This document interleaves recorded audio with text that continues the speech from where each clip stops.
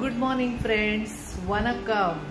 चेन्नईमधला माझा तिसरा दिवस आहे आणि आज मी कांचीपुरम इकडे निघालेली आहे. 1-1.5 तासाचं अंतर आहे. कॅबने जाणार आहे मी. आणि कांचीपुरम हे city of temples, city of 1000 temples असं म्हणून ओळखलं जातं.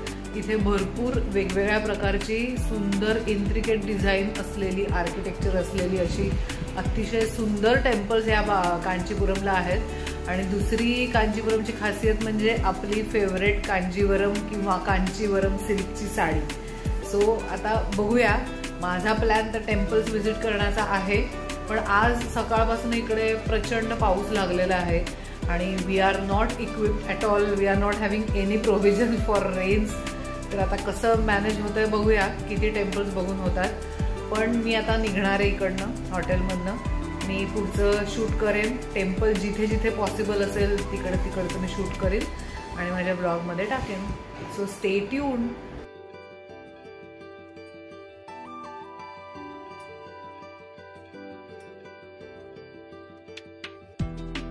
So guys, this is the route towards Varadarajan Perumal temple.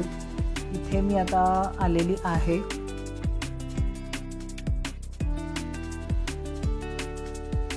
आणि सगळीकडे तुम्हाला असं क्लास साऊथ इंडियन स्टाईलची टेम्पल्स आणि त्यांची खास फुलं, कमळं, हार आणि तिकडच्या छान सुंदर गजरे घातलेल्या बायका असं दृश्य दिसेल. तुम्ही बघू शकताय सगळीकडे आजूबाजूला. त्या दिवशी खूप गर्दी होती. समथिंग काहीतरी त्यांचा उत्सव होता. सगळीकडे असे लोक, नंतर त्यांचे गुरुजी, भटजी, पोलीस बंदोबस्त होता आणि खूप मोठा काहीतरी उत्सव होता. पालखी प्रोसेशन वगैरे निघणार होतं. सो आम्हाला ते कळल्याबरोबर मी देवळाच्या आतमध्ये जाण्याचा चान्स घेतला.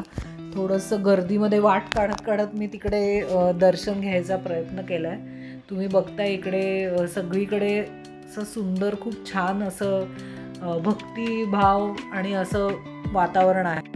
देवळाच्या आतमध्ये सुद्धा मी जरासं शूटिंग करायचा प्रयत्न केला, पण तिथे प्रचंड गर्दी होती आणि त्यामुळे मला करता आलेलं नाही आहे. हे एक महालक्ष्मीचं देऊळ होतं, तिकडे थोडंसं रिकामं होतं म्हणून मी हे शूटिंग केलं.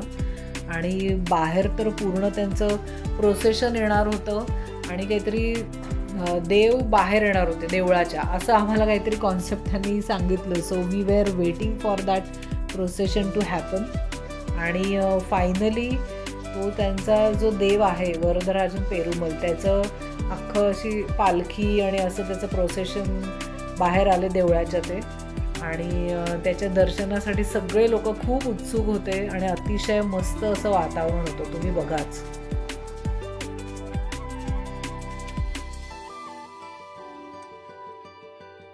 श्री वरदराजन पेरुमल टेम्पलमध्ये देवाचं दर्शन घेतल्यानंतर थोड्याशा अंतरावर असलेल्या कांची कामाक्षी या देवळामध्ये मी आलेली आहे आता.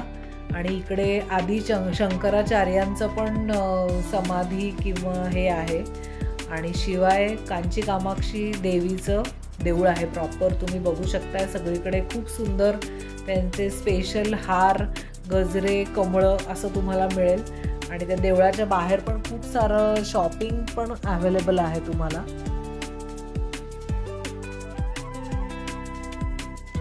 फक्त इथे एक प्रॉब्लेम होता की इथे मोबाईल्स आतमध्ये अलाउड नव्हते.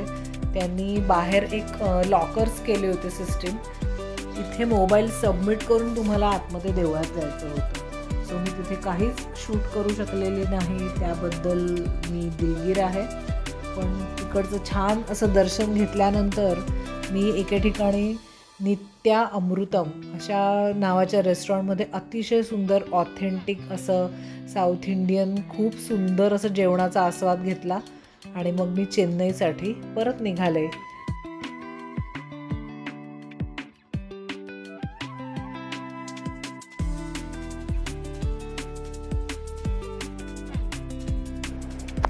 चेन्नईला गेल्यानंतर संध्याकाळी आम्ही तिकडे एक अष्टलक्ष्मी टेम्पल आहे तिकडे व्हिजिट केलं होतं.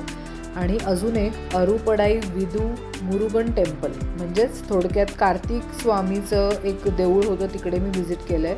तुम्ही या देवळाची सगळी दृश्य बघताय. इथे खूप सुंदर व्ह्यू मला मिळाला आणि फारशी गर्दी नव्हती आणि अतिशय सुंदर टिपिकल आपण साऊथ इंडियन काइंडची देवळं जशी बघतो, खूप सुंदर कापराचा वास आणि खूप छान आर्किटेक्चर असं ते देऊळ होतं.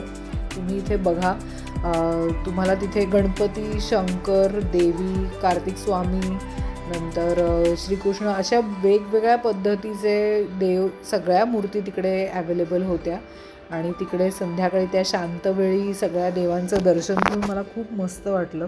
बेसिकली साऊथ इंडियन देवळं हा माझा एक खूप आवडता असा भाग आहे आणि त्यासाठी मी मुद्दाम कांचीपुरमला गेले होते. तुम्ही बघा, खूप अतिशय सुंदर असं देऊळ मला तिथे बघायला मिळालं आणि खूप छान असं दर्शन माझं तिकडे झालं. चेन्नईला बेसन नगर नावाचं एक मोठं फेमस नगर आहे, जिकडे एक सुंदर बीच पण आहे. तिकडेही मी विजिट केलं होतं, पण त्या बीचला जरा गर्दी होती, आपल्या चौपाटीला असते तशी. तिथे एक अतिशय ब्युटिफुल चर्च वन्स अगेन मला एक बघायला मिळालं. तुम्ही बघा, त्याचं आर्किटेक्चर अप्रतिम होतं आणि खूप सुंदर लाईटिंग होत होतं तिकडे. सो मी ते व्लॉगमध्ये कव्हर केलं. अशा पद्धतीने चेन्नई पॉंडिचेरी ही ट्रिप माझी अतिशय सुंदर झाली आहे, जिकडे मी अशी 2 ते 3 प्रकारची चर्चेस व्हिजिट केली, बीचेस व्हिजिट केले, टेम्पल्स व्हिजिट केली आणि I thoroughly enjoy guys. So please तुम्ही सगळ्यांनी बघत राहा माझा व्लॉग. माझ्या चॅनलला म्हणजेच वंडरलस्ट सानिकाला नक्की सबस्क्राईब करा, फॉलो करा, शेअर करा, कमेंट करा. आणि जसं मी चेन्नई पॉंडिचेरी ट्रिपला फिरायला गेले होते तसं तुम्ही पण जा आणि मी ज्या ज्या ठिकाणी गेले त्या ठिकाणी जाऊन मस्त आस्वाद घ्या. Till then, have a good time. Bye.